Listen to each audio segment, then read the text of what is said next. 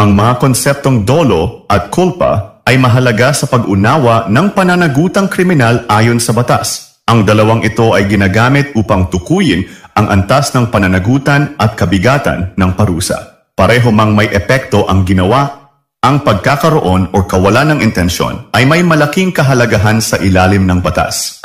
Magandang araw sa inyong lahat mga ma'am at sir. Our topic for today is about the difference of dolo and culpa. So bago natin umpisa ng topic na ito, let's roll up the intro.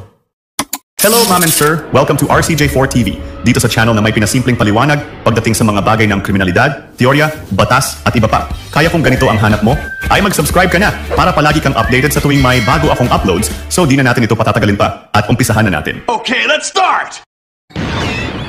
Anyways, sa papaanong paraan na ipapakita ang pagkakaiba ng mga krimen na bunga ng dolo at bunga ng kulpa.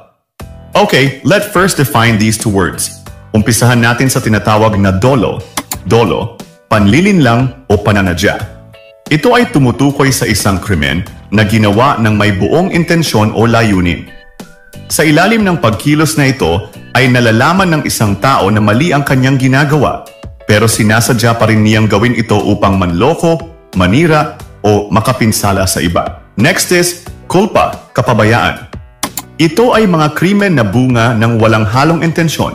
Ngunit dahil sa kapabayaan, kakulangan ng pag-iingat, or kawalan ng sapat na kaalaman, ay nagdulot ito ng pinsala sa iba.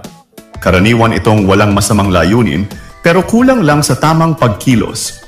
Para mas maganda, let's make two different examples about this. Unang halimbawa, si Cardong Dupalen ay nameke ng pirma sa titulo ng lupa upang maibenta niya ito at kumita ng malaki, kahit alam niyang hindi sa kanya ang lupa ay ginawa niya pa rin ito.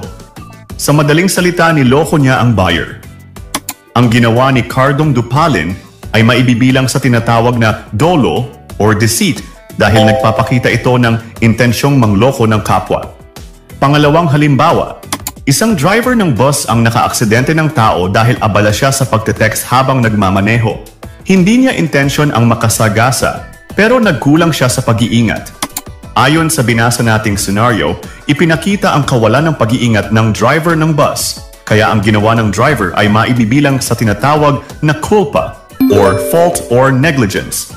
Ngayon, para mas ma-visualize natin ang kaibahan ng dalawa, ay narito at meron akong chart na ginawa para ipakita ang pagkakaiba ng dolo at culpa. Anyways, ang pangunahing pagkakaiba ng dolo at culpa ay kung sinadya ba ang paggawa ng krimen o hindi. Parang ganito mga ma'am at sir, gaya nga ng nabanggit natin kanina, sa dolo, may malinaw na intensyon at panlilinlang. Samantalang sa culpa, walang layuning gumawa ng masama, pero nagkulang sa tamang pag-iingat. Ang dalawang ito ay parehong may pananagutan sa batas, pero ang antas ng parusa ay nakadepende sa level ng kamalayan ng gumawa ng isang krimen o pagkakasala. Mahalagang maintindihan ang kaibahan ng dolo at kulpa, lalo na sa usapin ng hustisya. Ang taong sinasadyang manira ay mas mabigat ang pananagutan kaysa sa taong nagkulang lang ng pag-iingat. Anyways, kahit ano pa man ang kanilang ginawa, ay pareho pa rin itong may epekto sa kanila.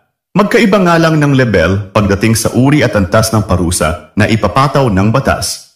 At dito na po muna matatapos ang ating maikling usapan about dolo and culpa. At maraming salamat po sa lahat ng mga nakapanood at mga nakinig. See you on the next episode. Goodbye. Kaibigan, nagustuhan mo ba ang topic na ito? Kung oo, ay maraming salamat sa iyo. At kung gusto mo pa ng mga videos na kagaya nito, ay mag-follow, like, at share at subscribe ka lang dito sa aking channel at page para palagi kitang ma-notify sa tuwing may mga bago akong uploads. So hanggang dito na lang mga kaibigan at mag-iingat kayo palagi. At maraming salamat po ulit sa inyong lahat at God bless at hanggang sa muli.